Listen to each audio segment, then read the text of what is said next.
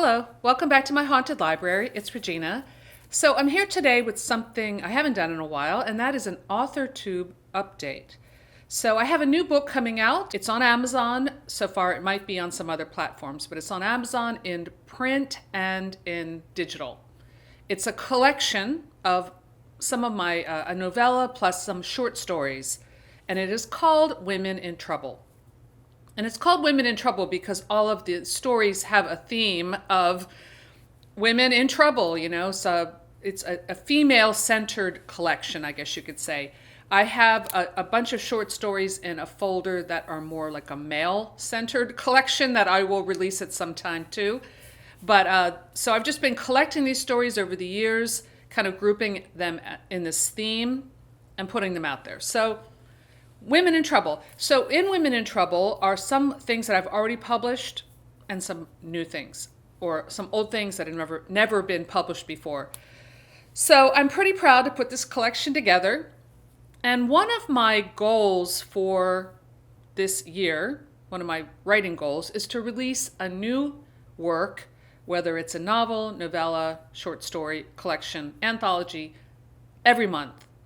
Now, that may seem extremely ambitious and a little bit wacky, except for the fact that during COVID, and then even the year before, I wrote 8 novels. So I have things ready to go. They need to be finished, some of them, like completed, polished, edited, all of that stuff. But they're written. They're written. I can't believe I wrote that much. And I continue to write that much. It's a little bit of an obsession. Yes, I'm very prolific. I always have been. And I figured, hey, just get it out there. I used to hang on to stuff being like, I should probably put out a collection of short stories I'm ashamed to publish because I think that would be kind of funny. I don't know if anyone would read them. I don't know if anyone will read this, but I got to get it out there. So back to Women in Trouble. I got the title Women in Trouble from a David Lynch film, Inland Empire.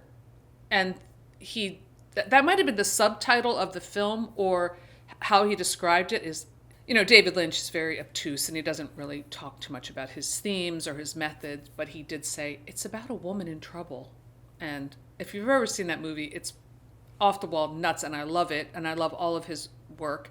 So I thought, yes, this is what my collection, these stories have in common. They're all about women in trouble.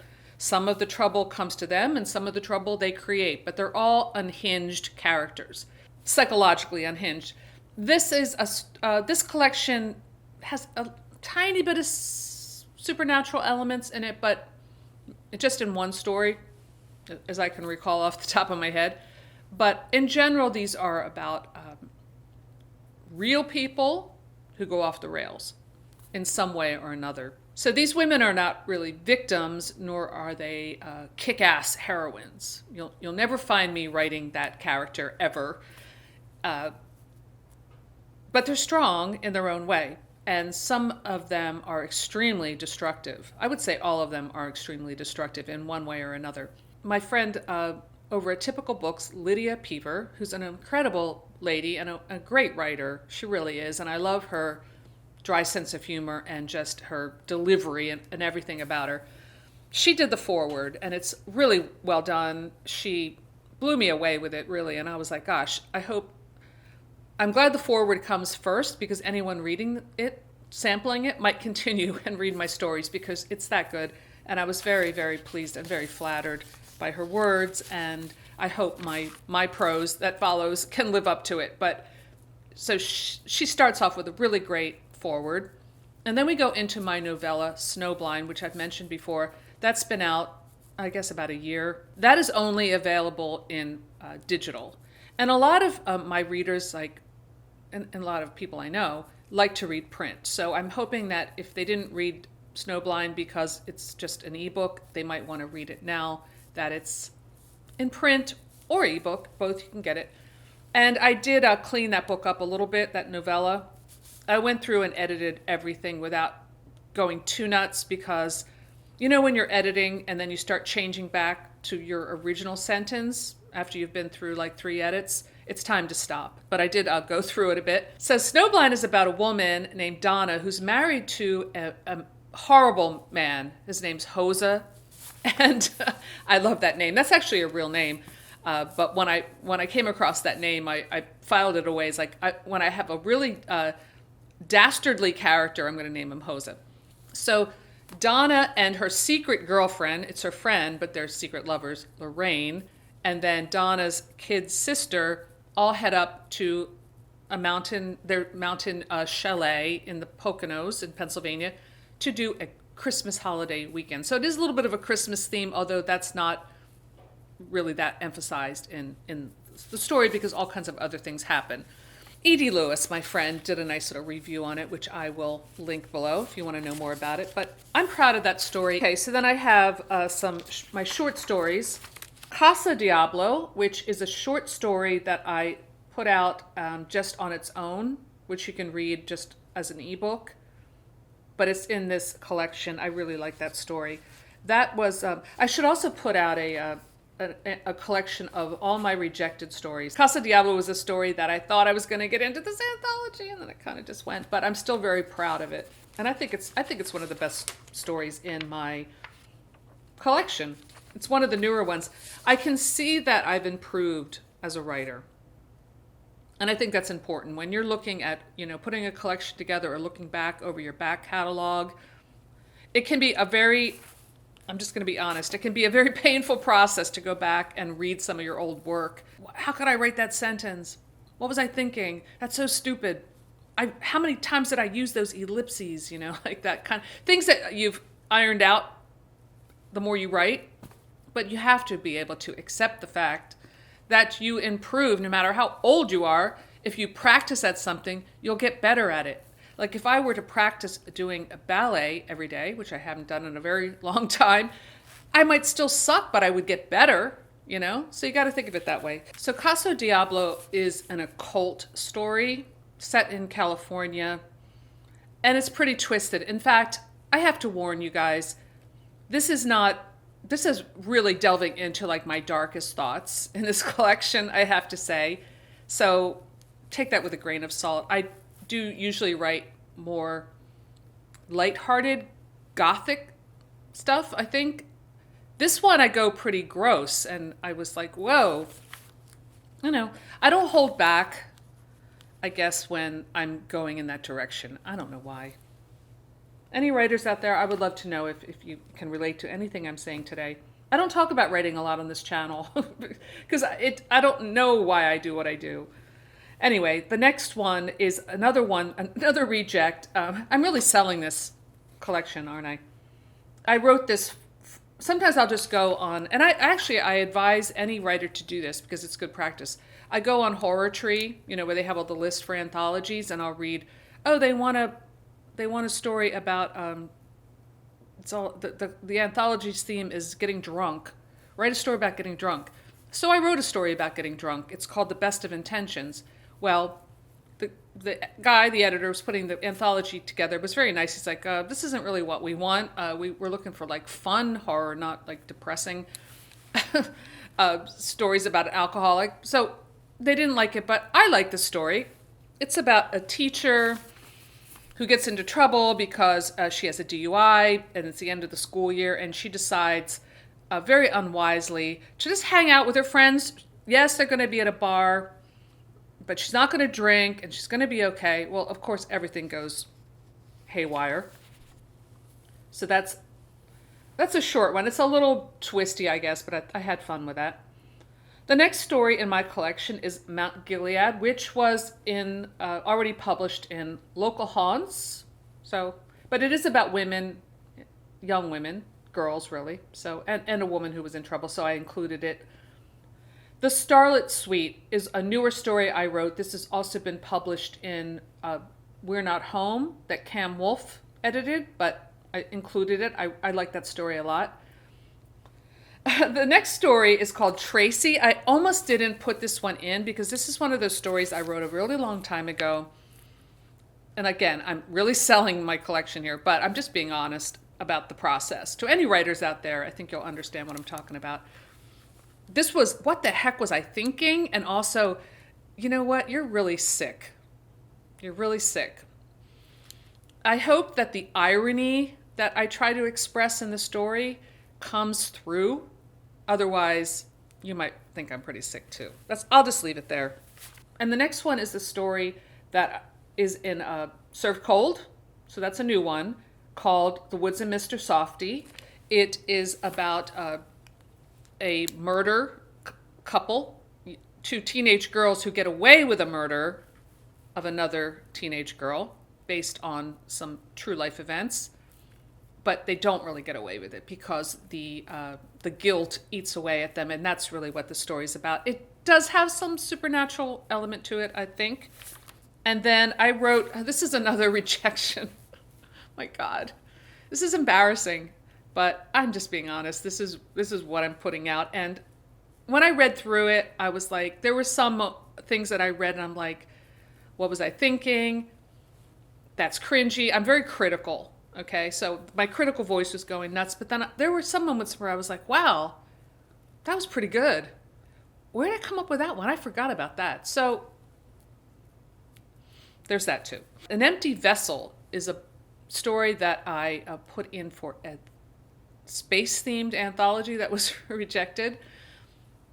I like it. Like, I don't know, I guess it wasn't what they were looking for, but it's a woman in trouble who takes on kind of the active role in a very bizarre way. And it's one of my few attempts at science fiction. I have written a little sci-fi horror, and a little bit of fantasy, which I'll talk about in a minute. But this was my first kind of sci-fi. Heavy on the fi, not so much on the sci. I don't have a science brain at all. So I did my best with that aspect of it. So I don't see myself writing a lot of science fiction in the future because of that. But sometimes, I do love space, though, and I love the concept of space. And I have a draft of a crazy, maybe I should just not ever hold back and just write whatever crazy stuff I think about, because why not? I have a draft of a story that I start called Unnatural Porn Killers, which is about killer female robots in space. Yeah, I like that title, so maybe I'll work on that this year, along with my other projects, which are numerous. So this is called An Empty Vessel, and I think I was trying to be clever with the metaphor of that title, but hopefully it'll work out. And then the last story is something brand new that's never been published before. No, that story hasn't either. And that's called As Mad as Wild Waves. And that is me as a writer attempting to be a little more literary as opposed to schlocky horror or pulpy. I do have a ambition to be like a little more of a literary writer, and sometimes it comes out. And it's almost like I'm trying to write better than I can write, if that makes sense. So I'm really pushing that. And it was a struggle to edit it. It was a struggle to get it polished because I'm very critical, and I put that story at a really high standard. So I just said, you know what, I'm just going to make it as best as I can, and then I'm going to let it go and let the world judge or not judge if no one reads it, which could happen. I've been putting this stuff out there for a long time, and aside from the anthology, the only work that I write that really sells is my YA stuff. The paranormal romance kind of stuff. That's what people read, or that's what they buy from me. So I'm going to keep writing that along with writing the stuff. And I love writing in general. I feel like I'm really bearing my soul in this video, but why not? You do that when you write. But I enjoy doing the more young adult stuff, the softer stuff. But I think I get more of my purging darkness out when I write the adult horror. Just the way it is. So yes, I know I really sold that well. And to be honest with you, I don't expect a lot of people to buy or read this collection, because I know that that is, I've put other pieces out, other novellas out, like my vampire novella, which I thought was really good, Out for Blood. I think it has one review. I think some of the other things I put out there, same thing. It's okay. It's okay. I would like to make money writing, and that is also one of my goals for this year, is to make more money. And I've already started doing that by putting some of my stories on Kindle Vella. I took down my Wattpad account. I talked about that. It's the whole thing. I decided, you know what? I'm going to put it on this other platform and see how it does. And, it's made some money. It's gotten some bonuses. It feels good to put stuff out there and actually get some money back. So on Kindle Vella, I have so this is what I'm doing in the future. So that's Women in Trouble. Please buy it if you'd like, print or digital. And I'm sure I'll be doing a giveaway at some point. This is like a soft release, I guess you could call it that, because a lot of the stuff has already been published.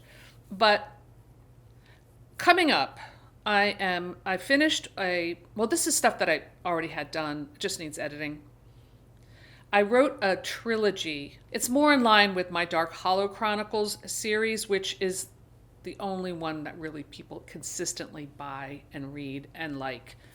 Every day I'm making a lot of sales on that series, which is great. I'm very grateful for that. And that's, I guess, what's popular, that and like paranormal romance, which I really enjoy too. And gothic horror is not as popular, but as far as like the kind of stuff that I write that people seem to buy, I don't know why my horror doesn't really grab a lot of an audience. I don't know if it's because it's a little different, or if that's just a really hard niche to break into. So the first book is called Red Masquerade. That is on Vella. It's complete. I'll link that below. That has been getting great traction on that site. It's been in the top favorite now for a couple of weeks. It got featured on that site. And so that's great. I kind of knew that would be the one that would take off, only because it was popular when it was on Wattpad. So that was a good indication of how it would do on that site. I have 2 other books in that series that I'm going to release them all in rapid release. It'll probably start February, March, April, or just put them out there as quick as I can. I really have the whole year planned, a release every month. And then my next horror book I'm working on, and that's Code Red. It's been written, it's been drafted twice, somewhat polished. This is the book that won the Waddy Award on Wattpad. I decided to take it off Wattpad and just sell it on my own.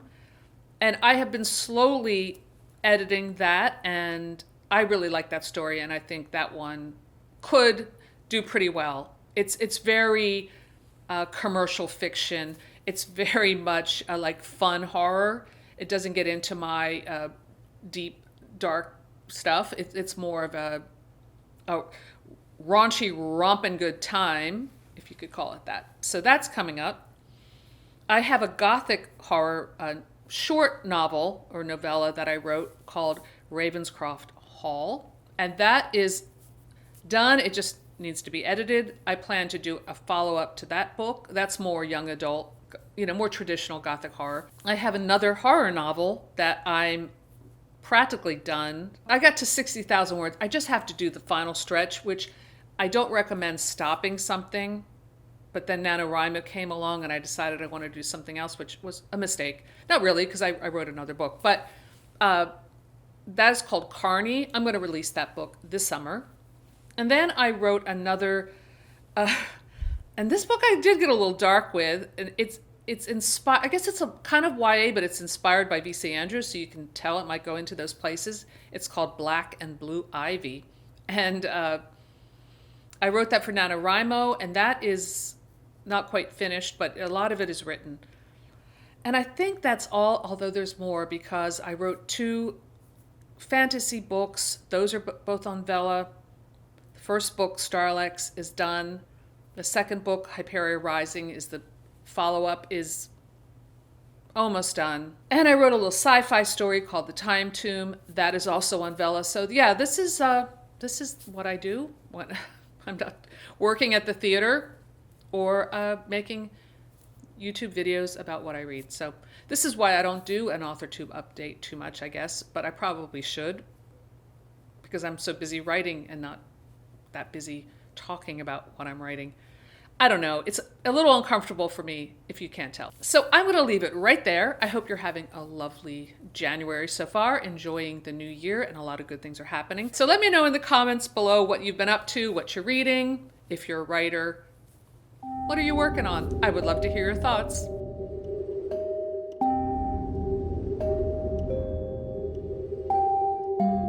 So that's all I have for today. Thanks for stopping by my haunted library, and I'll see you soon. Bye!